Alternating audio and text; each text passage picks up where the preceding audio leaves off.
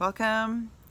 Thank you for joining. This is Gris Alves, and I am going to talk to you today about what happens in your body when you meditate and if you practice mindfulness. We have, there's a lot of topics like, oh, mindfulness, be aware of this and that, and it's like a kind of a pop theme right now, but what happens when you actually commit to the discipline of sitting daily in silence for 20 minutes in the morning, 20 minutes at night? Magic happens, because I'm telling you, the way that we are created, the way that we are completely unaware of the magic that is available to us, is what happens when you meditate. Number one, you remember where your spirit comes from. I know it sounds kind of trippy, but it's totally true. And then number two, you get rid of a lot of domestication and social conditioning programs in your mind. So I began meditating, many years ago, on and off, here and there, but mostly in a 12-step program, because step 11 said that we sought through prayer, meditation, to come closer to God, however you understood God. So I remember my husband and I were in recovery. We've been for 20-something years, and we were very serious about step 11, and we didn't want to go to any church because we just didn't want to do that. And so when we were doing step 11, we would actually sit outside of our apartment. We lived right on the beach, and we would meditate just in silence, or we had a mantra, or we had some of our friends leading us, but we did this every day, probably for like 2 to 3 years.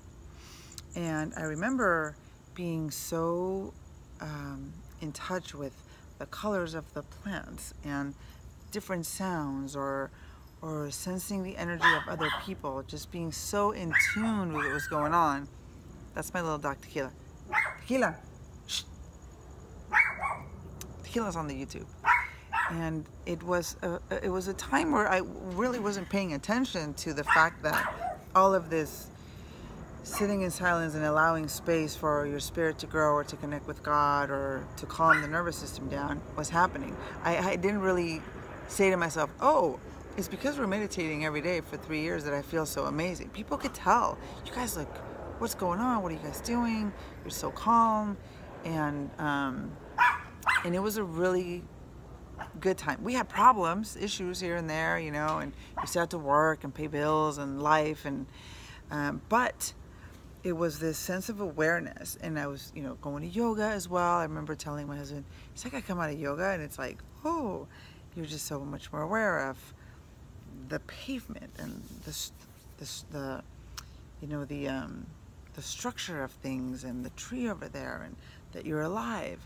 So I do think we're these intelligent beings that don't remember because we're too busy, and the mind is going and going and going.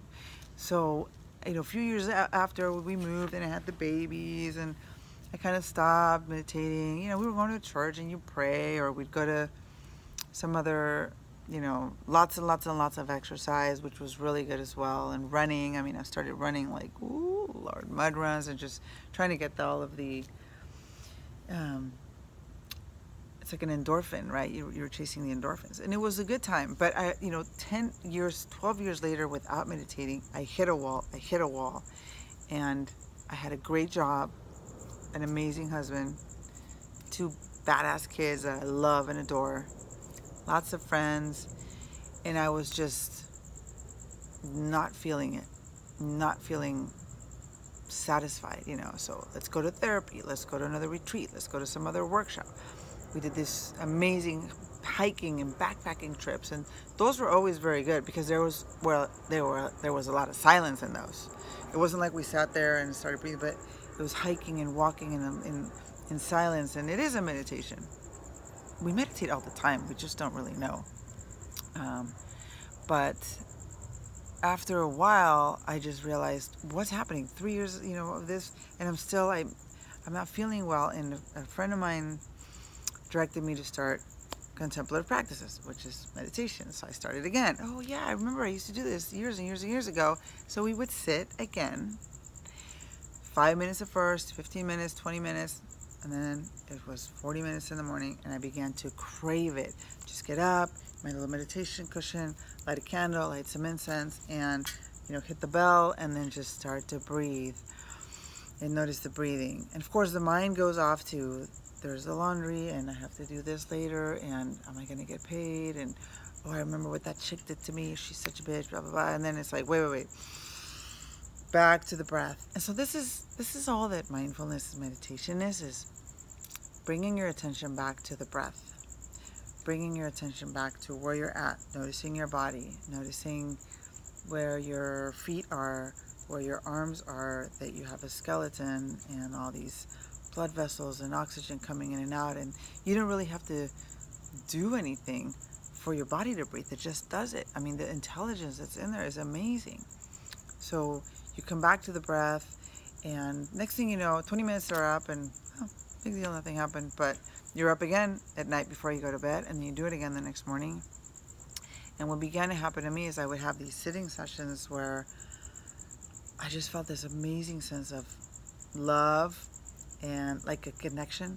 It's weird, like an energetic connection, like it was, I felt like there was magnets on top of my head, and not all the time, but there were moments, where I sensed that the sitting in silence was opening up a space for something to,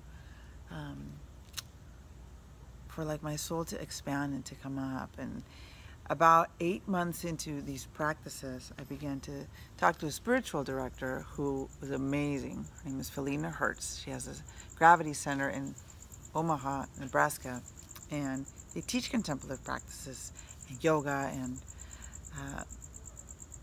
the way that I was able to speak to her about all of these thoughts that I had was amazing. And she was a great tool and help for me in my spiritual evolving journey. But I would not have been able to even call her if had it not been for these 6 months of preparing just in silence. Because the first thing she did was obviously sit down, close your eyes, start breathing, be still. And it made sense to me then, and it makes sense now how, I was able to tell Felina like some of the things that I was told since I was little, that you can't think, that you can't talk, that you can't doubt. And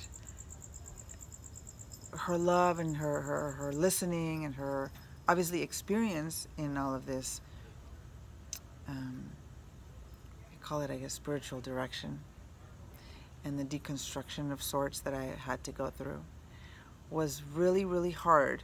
And I think I cried probably for the first 2-3 months. But it was in these practices of sitting down, even just giving space to the grief that I had for being quiet for so long and for not being able to say what. And here, I'll tell you, you're probably wondering, well, what the hell? What were you thinking? I was thinking that I didn't really think that all this religion thing was true anymore.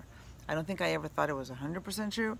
I think for sometimes, and it was a Christian, I grew up Catholic, Christian church, whatever. You're like, yeah, okay, Jesus, I'll pray to you, protect me.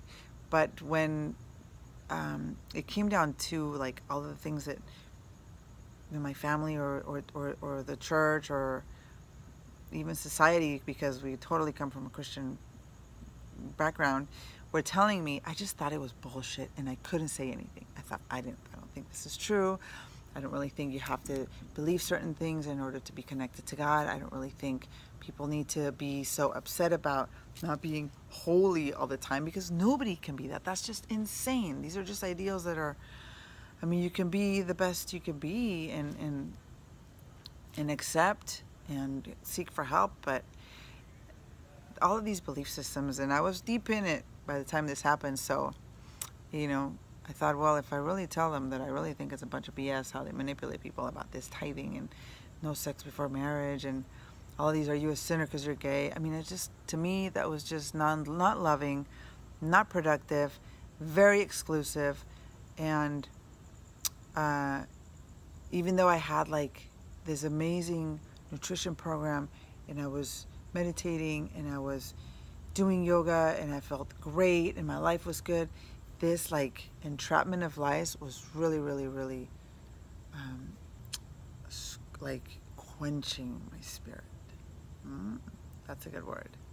And as time went by, and I was able to speak up and began to, the universe just kind of sends you different teachers and videos and books of people that are, saying these same things. I was able to then just kind of make peace with the fact, I read a lot of Richard Rohr and Rob Bell and Peter Rollings and Cynthia Burstrode, and just different spiritual guides that were saying everything is love and everything is sitting with God. It's not dogma, it's not beliefs. And after a while of just continuing to sit and having this information and the support from Felina and these amazing friends over in Washington from Eastlake Church, Ryan and Michelle Meeks, and their speakers, because they have people every Sunday that are completely mind-blowing, prepared, and way advanced, evolutionary, spiritually, but down to earth, just factual, down to earth. This is what's happening. This is what we believe, that life is a gift and love is a point. And I was so happy that I was always watching those friends share and spread the information that I was craving for. So I continue to meditate. I continue to do these mindfulness practices, and the more and more I do it, the more and more I really want to share. It's such a gift to sit and breathe and process. And many of my clients or friends that come over and meditate are like, we can't do this more than 2 minutes because I can't. It's too much. And yes, it's too much because you're not used to it and because you're used to numbing or not wanting to feel. So when you sit in silence and these emotions start to come up, it's important to notice, why am I being bothered? Why do I feel so anxious? What's happening? And just notice. You just notice. And I'm going to be posting on here some meditation, quick short videos for you to practice if you are interested in just sitting and noticing and breathing. It's very simple. It's nothing extraordinary. You already have it in you. It's something you've always known. It's just a matter of sitting in silence and removing all this programming and unlearning all the stuff you've learned that you thought you could never change. Anything can change. And you're full of love and magic and wisdom. And the videos are coming up soon for you guys to watch and for you guys to breathe alongside with me. And if you like this video, subscribe, write a comment, send a note, and there'll be more to come.